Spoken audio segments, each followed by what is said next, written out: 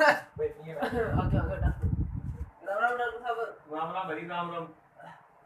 क्या तकलीफ है भाई तेरे? तकलीफ तो बहुत है डॉक्टर साहब, भैंस को ब्याह मांग रही और छोरा को ब्याह करना, फसल बढ़िया हुई को नहीं। तो भाई मैं तेरे घर को ठेको ले रखे है। मैं तो डॉक्टर हूँ, बीमारी की है यो पूछे तेरे तो हूँ। तकलीफ थे बीमारी तो मेरा वो गलत दुख है, देख लियो। गलो दुख है? ओहो बोलो टाइट हो ये तो सुझे पड़े गलो तो तेरा के खायो हिया?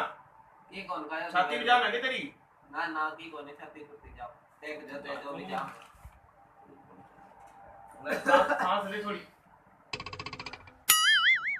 तकलीफ तो लाला बोली है तेरे। तेरा दवाई लिख दूं? दो मैंने तेरा तो दवाई दवाई लिख हो दूं? गया। तेरा दवाई लिख दूं? आ दवाई ले ले। ठीक ही कोनी हुआ है। ये दवाई गाना आ ले ले दवाई। ओके है गोलो दो। क्या है दवाई?